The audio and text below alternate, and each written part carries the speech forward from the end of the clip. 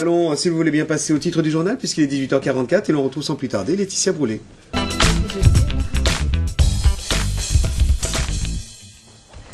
Bonsoir Laetitia. Jean-Charles, bonsoir à tous.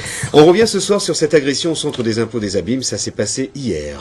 Un agent de sécurité a été renversé délibérément par un automobiliste visiblement irascible. L'agresseur a été interpellé et placé en garde à vue.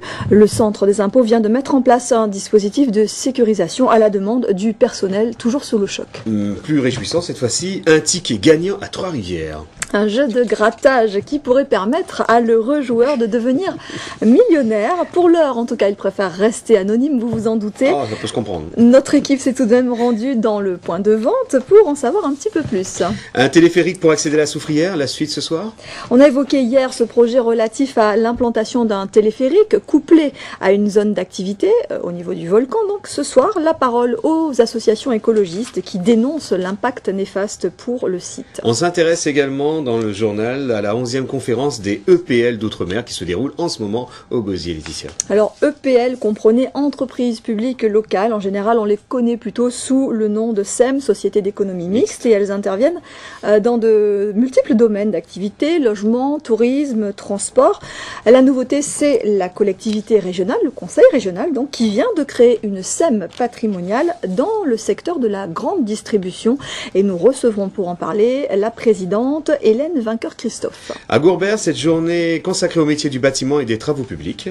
Une journée découverte au Hall des Sports organisée par la Maison de l'Insertion et la municipalité. Objectif, présenter ce secteur d'activité et son potentiel en termes d'emploi. Et enfin, dans ce journal, on parlera de sport avec du cyclisme.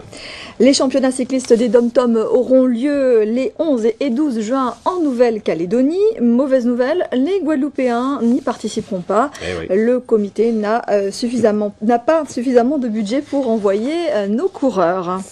Et pour être bien complet dans ce journal, on prendra la direction de Marie Galante pour parler de l'ambiance qui règne à 2 jours de l'ouverture du festival Terre de Blues, Laetitia.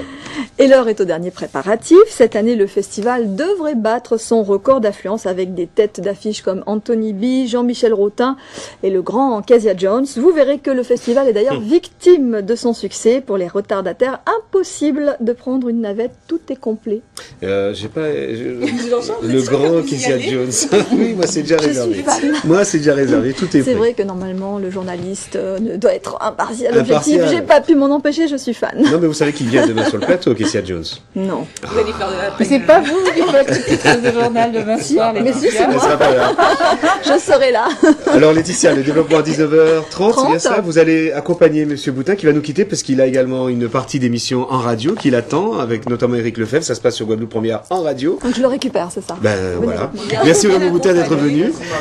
Et puis merci pour cet ouvrage. Rendez-vous pris avec nos amis de Saint-Claude. Arrivé bien accompagné. Le Petit Canal. Tout aussi bien accompagné. Parce que nous avons des amis de Saint-Claude qui vont venir nous rejoindre sur ce plateau. Je vous laisse les présenter, Muriel. Oui, alors il s'agit de Sébastien Béguet et de Jean-Claude Dermoncire.